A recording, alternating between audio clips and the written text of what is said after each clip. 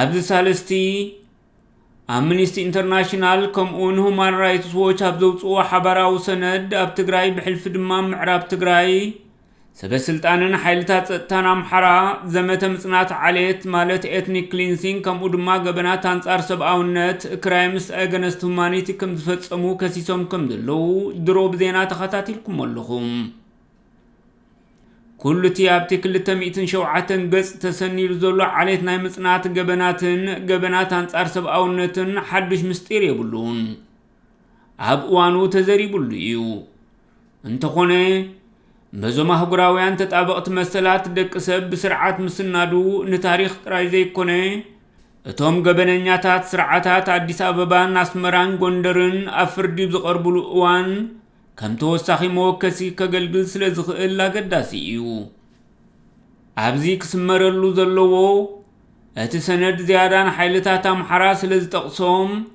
እቶም ካልኦት አካላት ናይቲ ወራር ማለት ስርዓት አብይ አሕመድን ጭፍራ ውልቀ መላኺ ኢሳያስን ክቐስኑ የብሎምን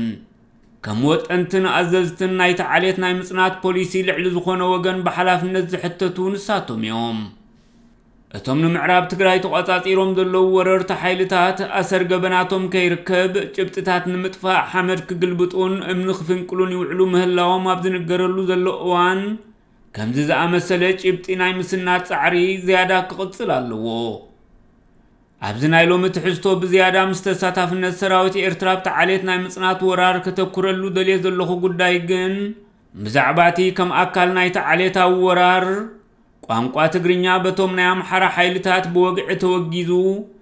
ትግርኛ ከም ቋንቋ ይኹን ከም ሙዚቃ ምስማዕ ገበን ኣብ ዝኾነሉ ወፍሪ እቶም ትግርኛ ዝዛረቡ ኤርትራውያን ወተሃደራት ዋና ኣጋፈርቲ ናይቲ ወራር ኮይኖም ነቲ ናይ ኣምሓራ ዓሌታዊ ፖሊስ ምትግባሮም እዩ መጀመርያ ነቲ ኣብ ገጽ 74-75 ናይቲ ጸብጻብ ሰፊሩ ዘሎ ትግርኛ ናይ ምውጋዝ ፖሊስናት ተገባብርኡ ንመልከት ዓሌታዊ ቀይድታት ቀይዲ ቋንቋ ብትሕቲ ዝብል ንኡስ ኣርእስቲ ሓደ ካብ መሰኻኽር ዓንዶም ሓዱሽ ኣመሓዳሪ ጣብያ ኢሮብ ኣብ መፋርቕ ሕዳር ካብ ሕጂ ንድሓር ትግርኛ ይኹን ሳሆ ቋንቋ ተወለድቲ ኢሮብ ማለት እዩ ምዝራብ ፍቁድ ከም ዘይኮነ ከም ዝገለጸሎም ይሕብር ወገዛ ቋንቋ ትግርኛ ምዕራብ ትግራይ ኣብ ሕዳር 2020 እቲ ወራር ኣብ ዝተኻየደሉ ወርሒ ኣብ ተግባር ከም ዝወዓለ ካብ ኣደባይ ዲቪዥን ዓድገሹ ራውያን ባዕከር ከምኡን ሕሞራ ዝመፁ ናይ ዓይኒ መሰኻኽር ከም ዝሓበሩ ከዓ ተጸብጻብ የዘኻኽር ዲቪዥን ካብ ዝበሃል ቦታ ዝመጽ ሓድጉ ትግርኛ ክዛረቡ ከም ዘይፍቀደሎም ኣብ ፖስተር ጽሒፎም ከም ዘርኣይዎም ኣብ መደበር ፖሊስ እውን ተመሳሳሊ ፖስተር ተጠቂዑ ከም ዝነበረ ይሕብር ኣኽበረት ዝተባህለት ጓል 38 ሰበይቲ ካብ ሕሞራ ድማ ትግርኛ ክንዛረባ ይንኽእልን ነርና ምኽንያቱ እንተሰሚዑምና ኣብዚ ከተማ 27 ዓመታት ዝተዛረብኩምሉ ኣይኣኽለኩም እንዲዩ ስለዚ ብትግርኛ ምዝራብ ኣይትሕሰብዎ ትግርኛ ኣይትዛረቡ ከም ዝብልዎም ትገልጽ ከምዚ ዝብሉና ዝነበሩ እቶም ናይ ኣምሓራ መንነት ኣለና ዝብሉ ፋኖን ወልቃይትን እዮም ከዓ ትብል ብተወሳኺ እዚ መሬትና እዩ ንዓኻትኩም ኣይምልከተኩምን ይብሉና ነይሮም ብፍላይ እቶም ፋኖን ኣብ ቤተ ክርስቲያን ከይተረፈ ደድሕሬና እናሰዓቡ ከመይ ጌርኩም ትግርኛ ትዛረቡ እናበሉ ይሸዱና ነይሮም ንጓል 4 ዓመት ጓለይ ከይተረፈ እዮም ከምኡ ዝብልዋ ኣብ ሕሞራ ብፍርሒ ተዋሒጠ እየ ዝነብር ነይረ ትብል ሓደ ካልእ ምስክር ምስ ኣመሓደርቲ ዝግበር ዝርርብ ብኣምሓርኛ ጥራይ ክኸውን ከም ዘለዎ እዩ ዝግበር ይብል ወዲ 42 ጎይቶኦም ካብ ዓዲ ገሹ ከዓ እቶም ሰበስልጣን ኣገልግሎት ክትረኽቡ እንተደኣ ኮይንኩም ብኣምሓርኛ ክትዛረቡ ኣለኩም ኢሎም ብ23 ሕዳር ብኣዋጅ ኣፍሊጦምና እዚ ድሕሪ ሒደት መዓልታት ናይቲ ወራር ማለት እዩ ኣምሓርኛ ክትዛረብ እንተደኣ ዘይክኢልካ ኣገልግሎት ኣይትረክብን ነቲ ቋንቋ ኩሉ ኣይክእሎን እዩ ስለዚ ብድሆ ይገጥመና ነይሩ ድማ ይብል ወዲ 18 ዓመት ተምሃራይ የማነ ኣብራውያን ኣብ መወዳእታ ታሕሳስ 2020 ኩሉ ነገር ፍጹም ተቐይሩ ብቋንቋ ኣምሓርኛ ጥራይ ኮይኑ ጥርዓን ይኹን ምልክታ ወይ ደብዳቤ ግድን ብኣምሓርኛ ኢኻ ክትጽሕፎ ዘለካ ይብል ኣኽበረት እቲ እገዳ ናይ ትግርኛ ሙዚቃ ምስማዕ እውን ዘጠቓልል እዩ ትግርኛ ክዛረቡ ዝፍትኑ መቕጻዕቲ ወርዶም ነይሩ ትብል ኣብ ሕሞራ ዝነበረ ወዲ 27 ዓመት ሰራሕተኛ ባንክ ጸጉ ፋኖን ፍሉይ ሓይሊ ኣምሓራን ትግርኛ ክዛረብ ዝተረኽበ ሰብ ይቕጥቅጥዎ ስለ ዝነበሩ ኣብቲ ከተማ ተወዝብል ትግራዋይ ኣይነበረን ይብል። ነባሪ ባዕከር ተስፋ ብግዲኡ ኣብቲ ዝነበርናዮ ዓዲ ምልሻታት ወልቃይት እዮም ነቲ እገዳ ትግርኛ ቤተ ክርስቲያን ከይተረፈ ኣብ ተግባር ዘውዕልዎ ነይሮም ይብል። ወዲ 14 ዓመት ገብረ ማርያም ካብራውያን ከዓ ኣብ መፈተሺ ንቑጣ ናይቲ ዓዲ እቶም ወተሃደራት ብኣምሓርኛ ጥራዮም ዝዛረቡና ብትግርኛ እንተመሊስናሎም ትግርኛ ክሰምዑ ከም ዘይደልዩ ከም ዝነግርዎምን ከም ዘንጸርጽሩን ይዛረብ። ሓደ መዓልቲ ኣብቲ መፈተሽ ቦታ ንሓደ ወተሃደር ክሓልፍ ምስ ተወከሶ ብትግርኛ ይትዛረበኒ ኣምሓርኛ ተዛረብ ኢሉ ብሳእኑ ከም ዝቐልዖ እውን ይዝክር። ኣምሓራይ ዲል እንተደኣ ረኺቡ ቋንቋኻ ግዲፉ ቋንቋኡ ክትዛረብ ምስ ግዳድስ ይትረፍ ፋንዲኡ ብላዕ እንተበለካ እውን ዘገርም ኣይኮነን። ሰብ ብህይወቱ ምቅጻል ካብ ዘይሕንኾ ወገን ዘይትጽበዮ ነገር የልቦን። ኤርትራውያን ኣቦታት ኣብ ፈለማ ሱሳታት ናብ በረኻ ዝወፈሩ ባንዴራ ኤርትራ ስለ ዝወረደት ጥራይ ኣይነበረን። ብዓብኡ ቋንቋታት ኤርትራ ትግርኛን ካልእን ተኣጊዱ መጻሕፍቲ ነዲዱ ብኣምሓርኛ ከም ዝመሃሩ ስለ ዝተገብረ እውን እዮም ናብ ዕጥቃዊ ቃልሲ ተጸንቢሮም። እቲ ቃልሲ መሬትን ባሕርን ኤርትራ ንምምላስ ጥራይ ዘይኮነ ብዓብኡ ናይ መንነትን ባህልን ክብረትን ሕቶ እዩ ነይሩ።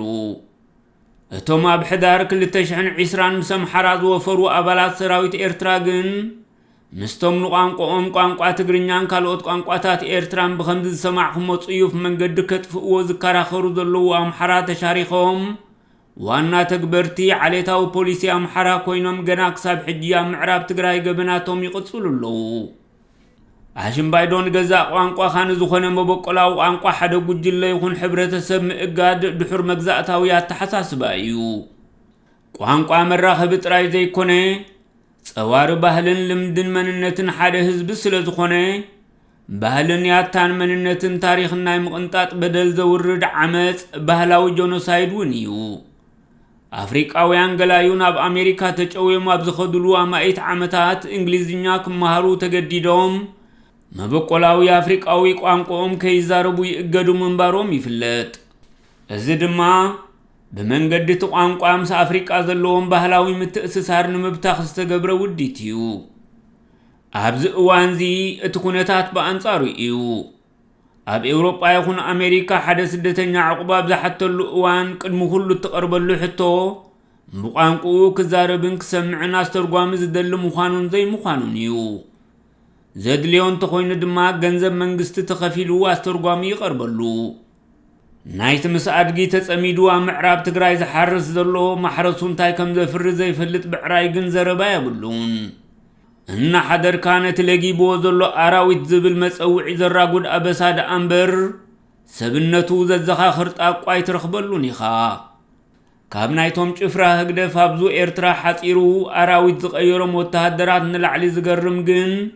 ናይቶም ኣብ ዓዲ እንዳማቶም ገንዘብ መንግስቲ እንዳተኸፍለሎም ብቋንቋኦም እናተተርጎመሎም መሰረታዊ ሕክምናዊ ክንክን ይኹን ሕጋዊ ኣገልግሎት ዝረኽቡ ኣብዑር ህግደፍ እዩ።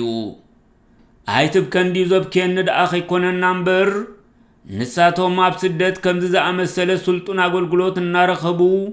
ኣምሓራን ሰራዊት ኤርትራን ንተጋሩ ኣብ ገዛእ ዓዶም ቋንቋኦም ክሕርምዎም ከለዉ ኣብ ክንዲ ንደገፍ ሆ ዘብሎም ከተሓሳስቦም እዩ ዝግባእ።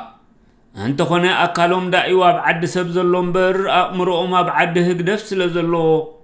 ዘይሓሰብኩም ምባሎም ኣጸጋሚ እዩ። ቋንቋ መራኸቢ ጥራይ ዘይኮነ ባህልን መንነትን እውን እዩ። ስለዚ ሰራዊት ኤርትራ ምስቶም ንቋንቋ ትግርኛ ታርጌት ዝገበሩ ኣምሓራ ተሻሪኹ ኣንጻር ቋንቋኡን መንነቱን ምውግኡ ነብሰ ቅትለት እዩ ዝፍጽም ዘሎ።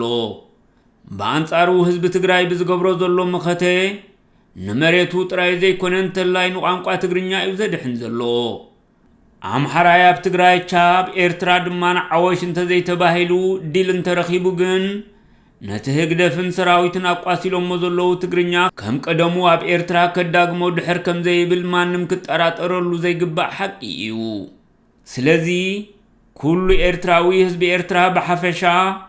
ምእንቲ ነፍሱ ኣንጻር ዝዓሌታዊ ወራር ደው ክብል ይግባእ። እንተቲ ዛጊት ተኾሚሩ ዘሎ ውርደት ኤርትራውያን ግን